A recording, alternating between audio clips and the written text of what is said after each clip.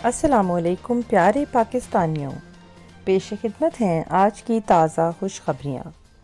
فوجی قیادت کا کووڈ-19 کی تیسری لہر کے دوران سول انتظامیہ کی مدد جاری رکھنے کا عزم۔ کور کمانڈر کانفرنس میں فوجی قیادت نے کرونا وائرس کی تیسری لہر کے دوران وائرس پر قابو پانے کے لیے سول انتظامیہ کی مکمل حمایت جاری رکھنے کے عزم کا اعادہ کیا ہے۔ پاک فوج کے شعبہ تعلقات عامہ کے مطابق 240ویں کور کمانڈر کانفرنس GHQ میں army chief general Qamar Javed Bajwa کی زیر صدارت منعقد ہوئی، جس میں تمام کور کمانڈرز اور پرنسپل سٹاف افسران نے شرکت کی۔ شرکاء نے علاقائی، عالمی اور داخلی و ملکی سلامتی کی صورتحال کا تفصیلی جائزہ لیا اور افواج پاکستان کی حالیہ فارمیشنز، مشقوں کے نتائج اور آپریشنل تیاریوں پر مکمل اعتماد اور اطمینان کا اظہار کیا۔ کور کمانڈر کانفرنس میں فوجی قیادت نے حق خود ارادیت کی جدوجہد کے حوالے سے کشمیری بھائیوں کے ساتھ مکمل اظہار یکجہتی کیا۔ ترجمان پاک فوج کے مطابق فوجی قیادت نے خیبر پختونخوا میں ضم ہونے والے سابق فاٹا کے اضلاع میں سیکیورٹی کی صورتحال پر بھی تفصیلی غور کیا۔ کور کمانڈرز کانفرنس کے شرکاء نے ملک کی داخلی سلامتی کی صورتحال خصوصاً کرونا وائرس کی تیسری لہر کا بھی تفصیلی جائزہ لیا اور اس عزم کا اعادہ کیا گیا کہ کرونا پر قابو پانے کے لیے افواج پاکستان سول انتظامیہ کی مکمل حمایت جاری رکھے گی۔ پاک فوج کی تضحیک کے خلاف بل منظور، 2 سال قید اور 5 لاکھ جرمانے کی سزا تجویز۔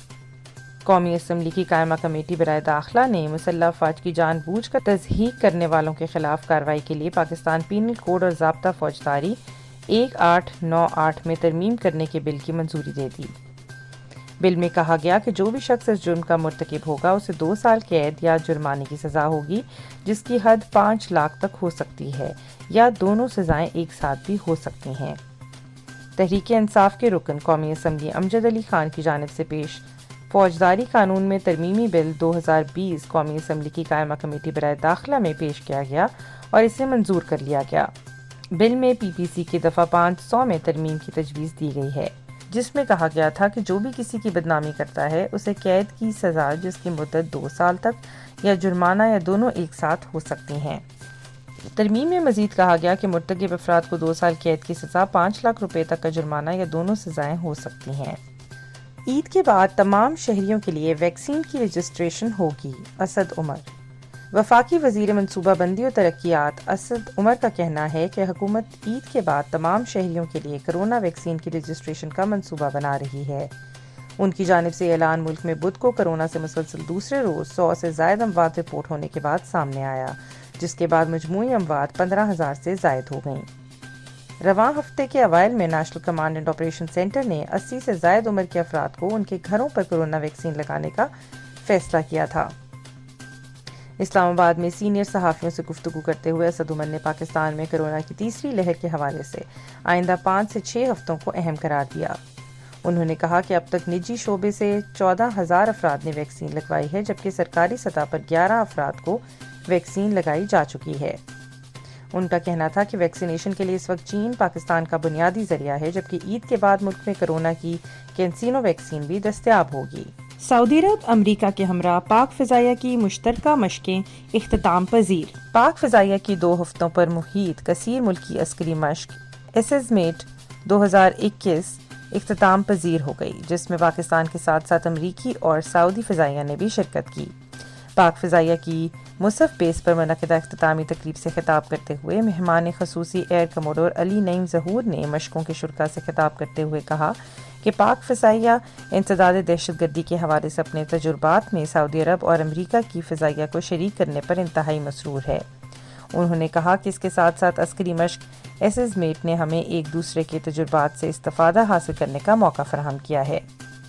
امریکی فضائیہ تاشی کرنل والن ڈیوڈ نے بھی مشقوں کی کامیاب تکمیل پر پاک فضائیہ کو مبارکباد دی۔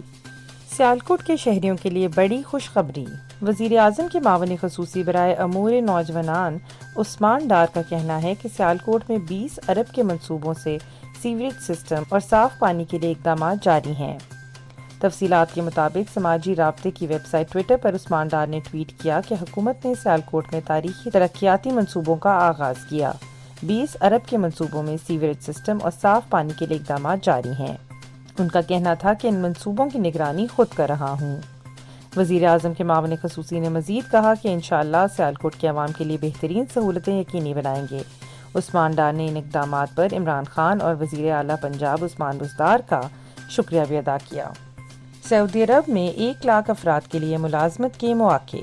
سعودی عرب کے ویژن 2030 کے تحت حکام ایک ایسے منصوبے پر کام کر رہے ہیں جس میں رواں سال کے اختتام تک 1 لاکھ افراد کو روزگار دیا جائے گا۔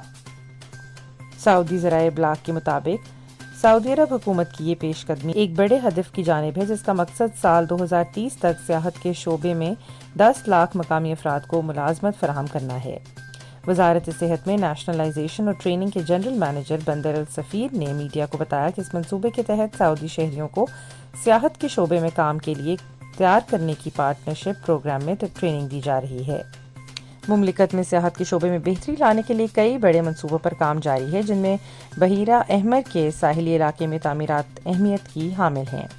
پاکستانی بچی نے بھارتی کھلاڑی کو ہرا کر نیا گینس ورلڈ ریکارڈ قائم کر دیا۔